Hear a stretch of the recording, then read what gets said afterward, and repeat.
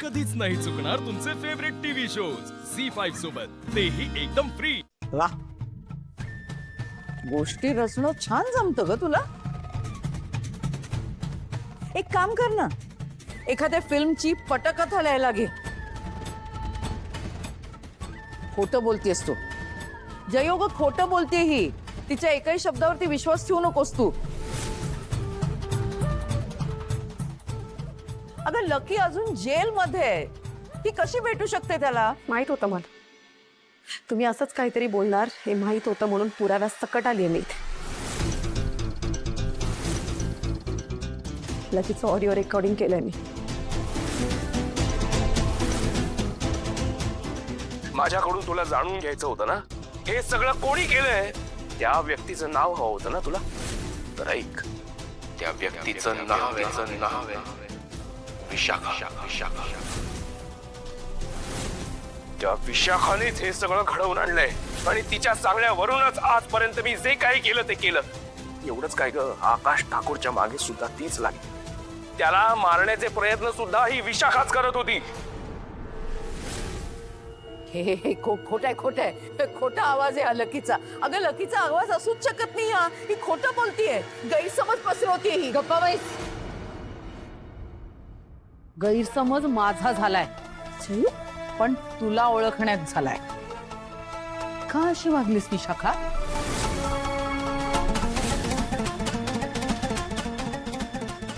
का माझ्या कुटुंबाच्या जीवावर उठलीस तू?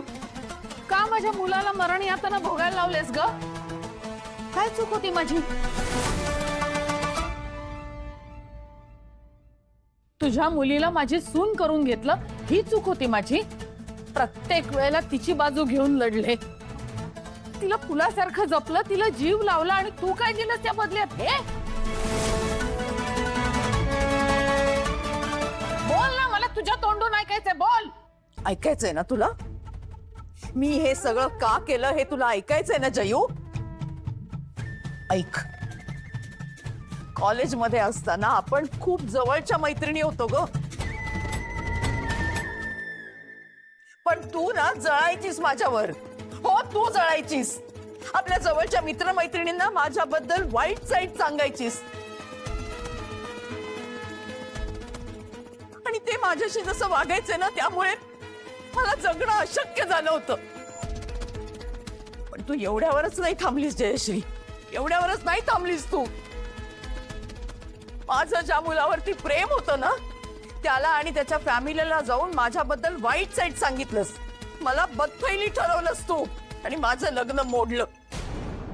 आणि तेव्हाच मी ठरवलं की मी या सगळ्याचा बदला घेणार, आणि म्हणून वागले मी असं। मी जे काही केलं ना ते म्हणून केलं, मला तुला त्रास द्यायचा होता, सूड उगवायचा होता। मोठी चूक केलीस ग, मोठी चूक केलीस बघ। तुझ्या आयुष्यातला तो मुलगा ज्याच्यावर तुझं प्रेम होतं, अगं मी त्याला साधं ओळखत सुद्धा नव्हते, मी काय त्याला जाऊन तुझ्याबद्दल खोटं बोलू नकोस तू। मी खोटं बोलत नाहीये। त्या फॅमिलीने तुझी चौकशी केली असेल, बाहेरून चर्चा झाली असेल, पण माझा त्याच्याशी काही संबंध नव्हता। वा, तू कोणालाही विचार, निष्कारण माझं नाव त्या गोष्टीशी गौलं गेलं, मला सुद्धा माहिती नव्हतं, हे आत्ता तुझ्या तोंडून कळतंय मला। आणि हा वैरभाव मनात ठेवून तू इतकी वर्ष माझ्याशी मैत्रीचं नाटक करत होतीस, माझ्या कुटुंबाला रस्त्यावर आणायची स्वप्न बघत होतीस। अगं तुझी मुलगी नांदत होती या घरामध्ये, तिचा तरी विचार करायचास। नाही, तुझ्या या चुकीला माफी नाही, तुला शिक्षा व्हायलाच पाहिजे। तू किती मोठा गुन्हा करणार होतीस हे तुला समजायलाच पाहिजे। एक मैत्रीण म्हणून मी तुला माफ केलंही असतं, पण एक आई म्हणून नाही, माझ्या मुलाच्या जीवावर उठली होतीस तू। चालती हो या घरातून, चालती हो। तुझं तोंड मला परत दाखवू नको, माझ्याशी मैत्री करायची लायकी नाहीये तुझी। जा जा। बापरे, सगळेच पाणी आता माझ्या डोक्यावरून चालले. नाही नाही नाही, मम्मा अडकली तर मी पण अडकेन. हळूहळू सगळं माझ्यावरच उलटेल. नाही, मला काहीतरी करायलाच हवं.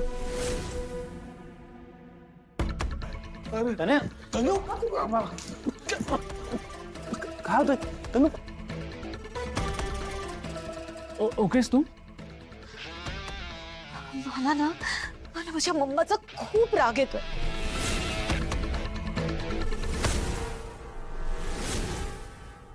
असं कसं वागू शकते ती? माझ्या घरच्यांना दुखावून तिला काय मिळालं काय माहिती. तनया, कसलंही टेन्शन घेऊ नको, कसला विचार करू नकोस. तुझ्या रूम मध्ये जा आणि आराम कर. अखिल, तिला घेऊन जा आणि डॉक्टरांना पण कळ. हो चल तनु उठ.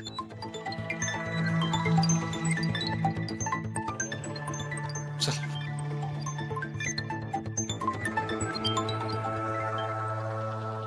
पोलीस स्टेशनला जा. विशाखा विरुद्ध कंप्लेंट आहे.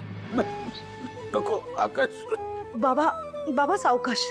पोलिसात कंप्लेंट नको करूस. पोलिसात कंप्लेंट केली ना तर उगाच आपली बदनामी होईल. लोक आपल्यालाच नावं ठेवतील रे.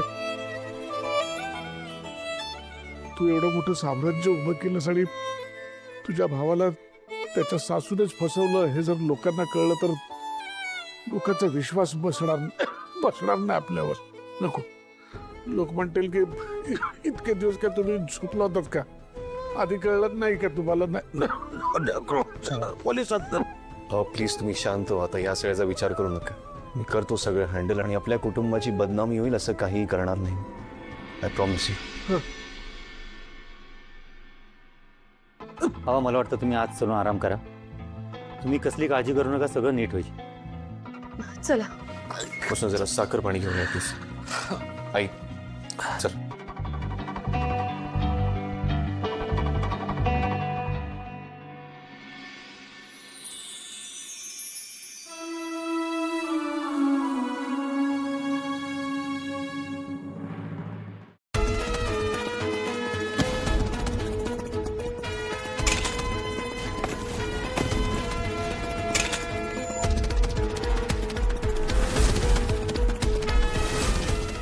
चालती हो या घरातून, चालती हो.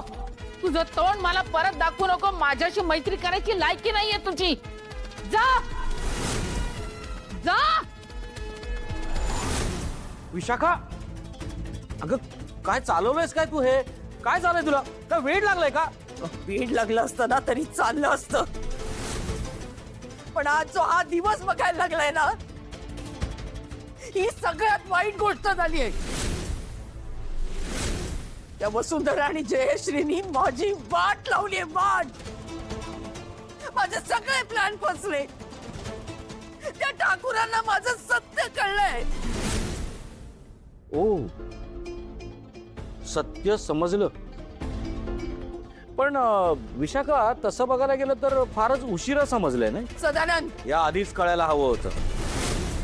आणि मला सांग, आता ही तोडफोड करून त्यांना जे समजलंय ते बदलणार आहे? माझं डोकं आधीच गरम आहे. त्यामध्ये असं वाटेल ते बोलून आग लावू नकोस. भडका उडेल. झी 5 ॲप डाउनलोड करा आणि पहा सर्व एपिसोड्स एकदम फ्री.